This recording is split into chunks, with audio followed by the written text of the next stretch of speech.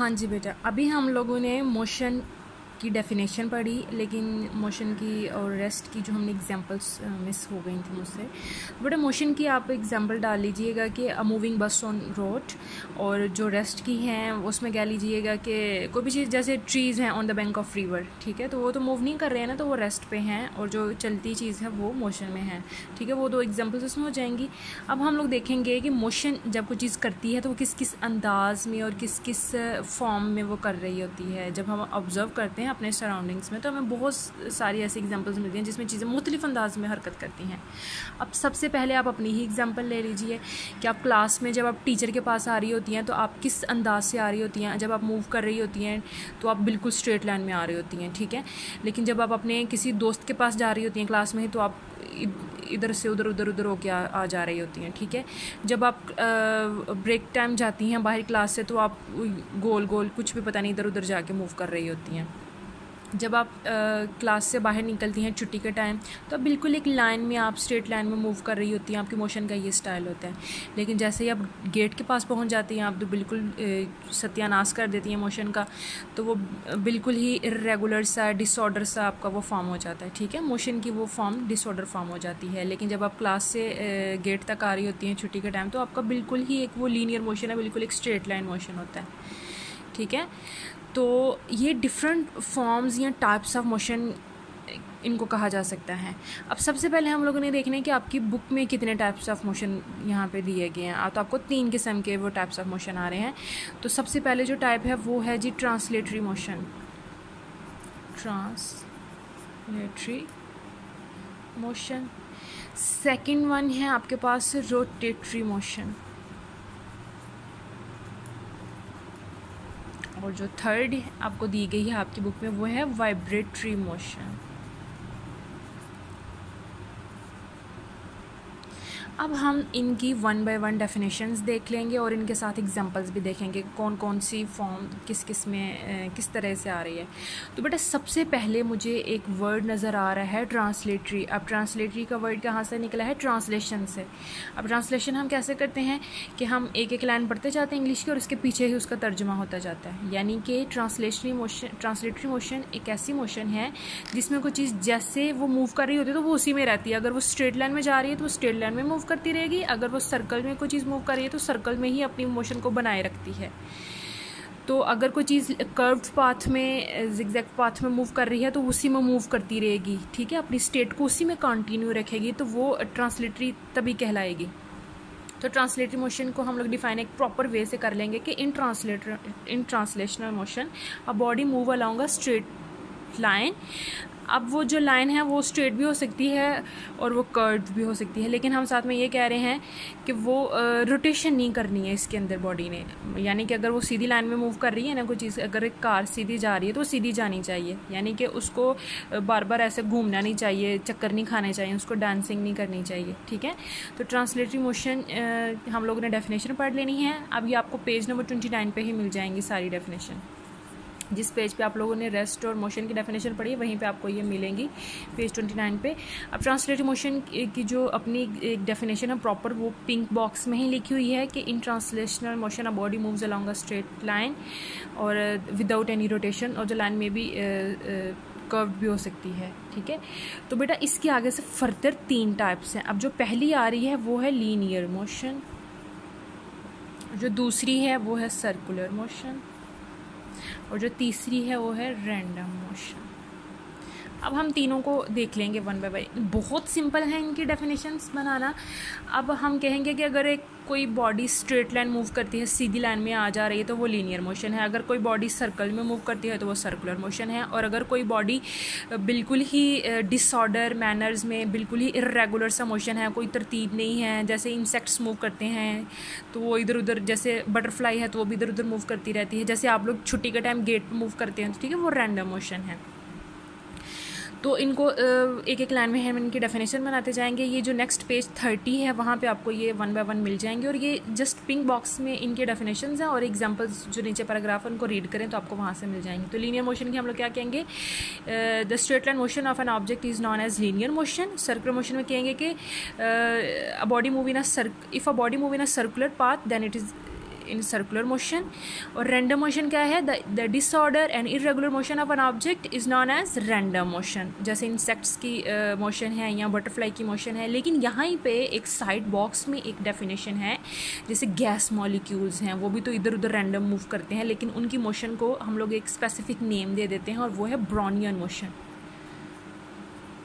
Brownian motion, ठीक है। ये आपकी एक जिगजैग सा पाथ सा बना हुआ है, तो वो उस साइड बॉक्स में बना हुआ है उसी पेज पे, तो आप उसको देख लीजिएगा। ये बहुत इंपॉर्टेंट टर्म है, ये पेपर में अक्सर आती होती है कि ब्राउनियन मोशन किस फॉर्म को कहते हैं, ठीक है। वो कौन सी मोशन को ब्राउनियन मोशन कहते हैं। अब नेक्स्ट हमारे पास होगी ट्रांसलेटरी मोशन की सारी फॉर्म्स भी हम लोग ने आगे से देख लें, जो टाइप्स आ रही हैं फर्दर इसकी। अब हम देखेंगे कि रोटेटरी मोशन किस फॉर्म में होती है। अब रोटेटरी मोशन के लिए आप लोगों ने मोशन देखी होगी फ़ैन की, पंखा। अब पंखा कैसे चलता है कि पंखा का ये मैं कहती हूँ कि एक रॉड है और ये नीचे उसकी मोटर लगी हुई है और ये मोटर के ये साथ में 3 विंग्स हैं इसके, ठीक है। अब ये जब हम इसको ऑन करेंगे तो इसके विंग यूं को सर्कल में मूव करेंगे।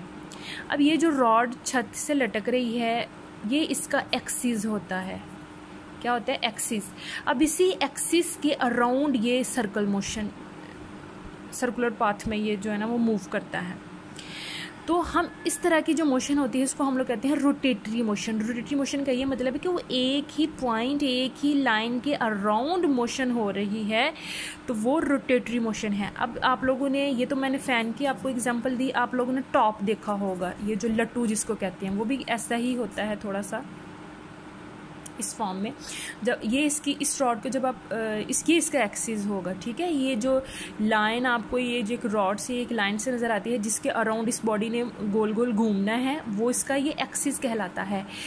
तो एक्सिस को भी हम लोग इसी के अंदर ले आएंगे। तो यहाँ पे आप लोगों ने एक मज़ीद जो डेफिनेशन पढ़नी है ना आप लोगों ने रोटेटरी मोशन की, उसके अंदर एक एक्सिस की डेफिनेशन बनेगी, तो वो आपको एक पैराग्राफ के अंदर ही मिल जाएगी। तो एक्सिस की डेफिनेशन क्या बनेगी? एक्सिस इज़ अ लाइन और a point around which a body rotate. Axis वो वाला पॉइंट है, वो वाली लाइन है जिसके इर्द गिर्द बॉडी ने क्या करना होता है? घूमना होता है। तो बेटा ये टॉप की जो एक लट्टू है उसको जब आप घुमाती हैं तो वो भी एक ही पॉइंट के इर्द गिर्द घूमता रहता है और फिर वो जब उसकी एनर्जी खत्म हो जाए तो वो गिर जाएगा, ठीक है। तो ये इसमें हम लोगों ने कहना है the spinning motion of an object is known as rotatory motion. Rotatory motion क्या होती है? स्पिनिंग मोशन होती है, एक ही पॉइंट के इर्द गिर्द जो मोशन है वो उसकी रोटेटरी मोशन है। इसके अलावा हम लोगों ने स्टीयरिंग व्हील को भी देखा होगा। अब स्टीयरिंग व्हील क्या होता है? ये स्टीयरिंग व्हील है, ये इसका सेंट्रल पॉइंट है। अब इस सेंट्रल पॉइंट के इर्द गिर्द ही हम इसको आगे पीछे घुमाते हैं, इधर से आगे को लेके जाएं, इधर से पीछे को लेके आएँ, तो ये स्टीयरिंग व्हील ऐसे ऐसे गोल गोल घूमता है, ठीक है, इसी पॉइंट के इर्द गिर्द। अब ये जो पॉइंट है ये इसका क्या है? एक्सिस है। तो मैंने यहाँ पे आपको कहा कि आप लोगों ने 2 डेफिनेशन यहाँ पे पढ़नी है, एक तो एक्सिस की सेपरेट से, और जो रोटेटरी मोशन की अपनी डेफिनेशन है वो भी। अब अपनी रोटेटरी मोशन की डेफिनेशन क्या है? The spinning motion of an object is known as rotatory motion. और जो एक्सिस की है, एक्सिस इज़ अ लाइन और a point around which body rotates, ठीक है, जहाँ पे बॉडी रोटेट करती है, आगे पीछे घूमती है, वो उसका क्या है? एक्सिस हो गया। इसी तरीके से बाइसाइकिल का जो व्हील है वो भी रोटेटरी मोशन में आएगा। अब हम लोग देख लेंगे इसकी थर्ड टाइप, और वो है वाइब्रेटरी मोशन। अब वाइब्रेटरी का जो वर्ड है वो वाइब्रेशन से निकला है। अब वाइब्रेशन कैसे होती है? थरथराहट, आगे पीछे यूं यूं करके मूव करना। अब ये कैसी, इसकी एग्जांपल हम लोग लेंगे। आप लोगों ने झूला देखा होगा, स्विंग जो होती है। मान लें कि एक बच्चे का जो पंगूड़ा है उसको क्रेडल कहते हैं आप, ठीक है। तो वो जब आप उसको चलाती हैं, एक जगह पे वो खड़ा है, वो रेस्ट पे है, जब आप उसको थोड़ा सा आगे लेके आती हैं तो उसको छोड़ देती हैं तो वो आगे पीछे मूव करते रहते हैं, एक ही पॉइंट के इर्द गिर्द ऐसे ऐसे मूव करना, वो क्या है? उसका वाइब्रेटरी मोशन। अब वाइब्रेटरी मोशन को जो हम लोग प्रॉपर वे से डिफाइन करेंगे, हम कहते हैं कि to and fro motion of an object about a single point is known as vibratory motion.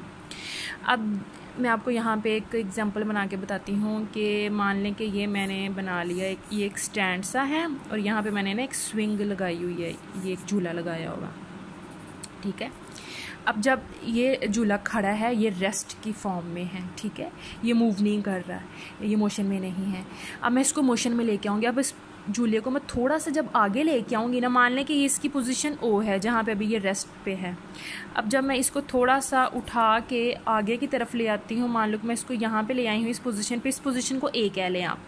ठीक है, मैं इसको उठा के यहाँ पे लेके आई हूँ। अब मैं जैसे इसको यहाँ पे लेके आई हूँ ना, अब मैं जैसे इसको छोड़ूंगी तो क्या होगा कि ये पीछे अपनी पोजीशन ओ पे नहीं जाएगा, ये बल्कि इसके बैक पे इतना ही, जितना आगे मैं ए की तरफ लेके आई हूँ उतना ही ये बैक पे पीछे की तरफ जाएगा। मान ले कि पीछे एक पॉइंट बी है, वहाँ तक ये जाता है, ठीक है। लेकिन ये बी पे भी स्टॉप नहीं करेगा, ये फिर से ओ पे आएगा, लेकिन ये चूंकि अभी इसके अंदर इनर्शिया है, थोड़ी सी इसके अंदर एनर्जी है, तो ये यहाँ पे भी स्टॉप नहीं करेगा, फिर से ये इधर आगे आएगा, फिर पीछे जाएगा, आगे पीछे, और ये मूव करता जाएगा, कभी ए पे कभी बी पे, ऐसे ऐसे आगे पीछे मूव करता जाएगा। और जब इसकी सारी एनर्जी खत्म हो जाएगी फिर ये स्टॉप कर देगा पॉइंट ओ पे। तो हमने क्या देखा कि पॉइंट ओ वो वाला पॉइंट है जिसके इर्द गिर्द ये कभी पीछे कभी आगे, कभी टू कभी फ्रो, कभी back and forth motion, back and forth motion, आगे पीछे की motion, to and fro motion about a mean position. एक ही मीन लाइन के आगे पीछे जब चीज़ का मूव करना, वो क्या कहलाता है, वाइब्रेटरी मोशन। तो ये स्विंग की एग्जांपल, बच्चे का जो क्रैडल है पंगोड़ा, वो भी ऐसे ही होता है, वो भी इसी की एग्जांपल में आ जाएगा। आप लोगों ने पेंडुलम क्लॉक देखा होगा। अब वो घड़ी के नीचे एक ऐसे छोटा पेंडुलम लगा होता है, जब घड़ी कोई टाइम बताती है तो ये एक अलार्म की सूरत में बजना शुरू कर देता है। अब ये पहले खड़ा है और अपनी पोजीशन ओ पे है, मान लो इसकी ये रेस्ट की पोजीशन है, हम उसकी इसकी मीन पोजीशन कहेंगे कि अभी अपनी रेस्ट की पोजीशन में है। अब जैसे आप इसको उठा के थोड़ा सा इधर लेके जाएंगी, मान लें कि यहाँ पे आप इसको लेके आई हैं एक दूसरी पोजीशन पे, मान लें कि वो ए पे आ गया, ठीक है। अब ये ओ पे नहीं रहा, ये ए पे आ चुका है। ए पे लाने के बाद जब आप उसको छोड़ेंगी तो ये इसने दोबारा से यहीं पे आके नहीं स्टॉप करना, ये पीछे जाएगा, इस तरफ बैक में जाएगा। अब बैक में मान ले कि कोई पोजीशन बी है जहाँ तक ये आया है, लेकिन ये बैक में भी स्टॉप नहीं करता है, ये फिर से पीछे जाएगा, ओ पे आएगा, लेकिन ये फिर से इनर्शिया की वजह से नहीं स्टॉप करेगा, फिर आगे ए पे जाएगा, और फिर ये आगे पीछे कभी ए बी पे आगे पीछे मूव करता रहेगा अनटिल अनलेस कि इसकी सारी एनर्जी खत्म हो जाएगी, फिर ये ओ पे आके स्टॉप कर जाएगा। तो हमने क्या देखा कि वाइब्रेटरी मोशन है ये टू एंड फ्रो मोशन है, बैक एंड फोर्थ मोशन है, आगे पीछे की मोशन है एक ही पॉइंट के अराउंड, तो वो क्या कहलाती है, वाइब्रेटरी मोशन। अब ये सारी एग्जांपल्स वाइब्रेटरी मोशन में हो जाएंगी। और ये to and fro motion, back and forth motion about a mean position, एक ही लाइन के इर्द गिर्द जब किस चीज़ की मोशन है तो वो वाइब्रेटरी मोशन है। ये भी आपकी उसी पेज पे मिल जाएगी आपको, आई थिंक ये पेज नंबर 30 पे आपको ये मिल रही थी ये दोनों।